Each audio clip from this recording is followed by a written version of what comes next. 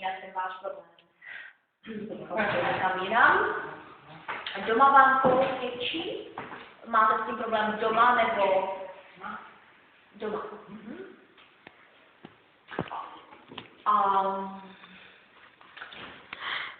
Vy jste právě nedávno, tak škola byla právě při té činnosti, tak jsme si právě říkali, že by to bylo třeba vyřešit, protože bez toho by si nemohli žít, skoro bych řekla, bez této činnosti, no. Měli bychom to vyřešit, protože se jenom má to určitý věk, já se to překonáte. No, víš, já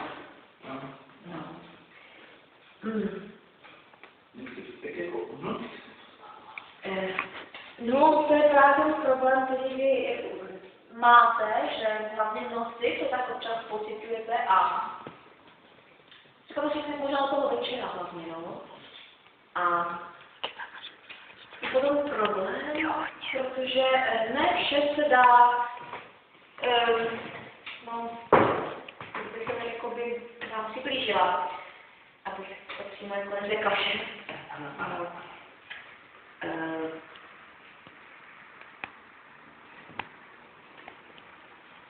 Máte často hlad? Máte, že? No. A co teda děláte, když máte ten hlad? No jíst. No, takže to musíte se prostě najít. To musíte tento okamžik, tento stav. To je právě, protože to pak nastane. My bychom se toho měli zbavit, no. Podívejte sem. A normálně si můžete šáhnout pro jídlo do ledničky. Někdy, ale problém to šáhnu. Lednička. Možná ty bílé spotřebiče, všechny.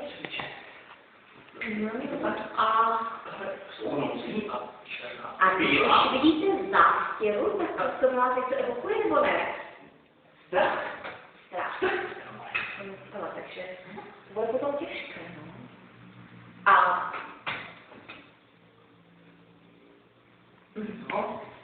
nemáte takhle třeba knihy tam nevadí? No, někdy. No třeba, když máte hlad, nevidíte třeba někdy v těch knihách? Kuchařkách. No vidíte, no a to vám dělá problémy? No. To je potom ošemetná věc, no, když už i to tam listování vám to dělá ten problém. Ne, tady nemyslím ničeho vám. Já tady mám jenom chleba. Takže to je normálně, že to víte, takže to nemůžu naučit.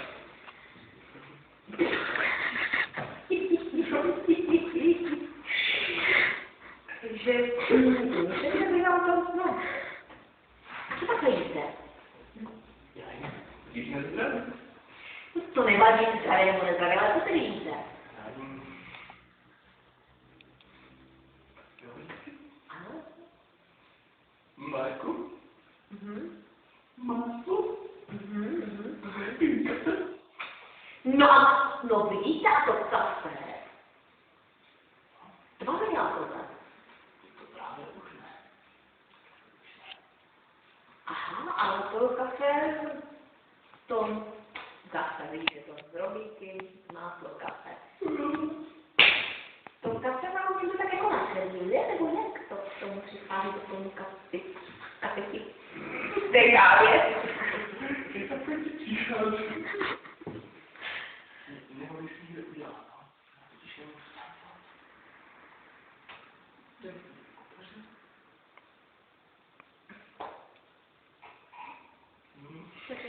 Zkusme stát kvůli na tu vaši fobrii. Ono to vždycky pomůže, když si to řeknete nahlas.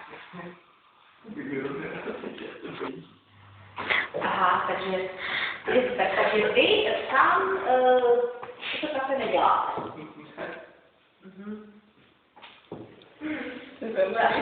To bude asi těžší, než jsme si mysleli. No a co dalšího ještě jíte? Ke kávě, jako tím zbytku, co jste řekl. Ne, to máš klidně, můj tady ule. Co ještě papáte? Třeba na oběd. No vyčítal, to je dobrá. A to také k tomu tak přicházíte sám, nebo vám to někdo dělá? Taky chutí někdo dělat třeba totiž strany.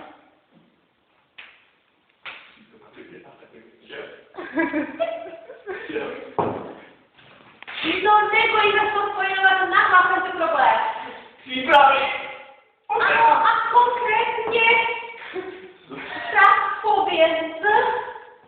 Když se vidíte, že vám to nevadí, že? A už máte kávu a tak tak vám to vadí, takže a nemusíte to dělat sám, tak čemu máte vlastně strach? To jídlo se musí tak nějak... Ten proces. Ano!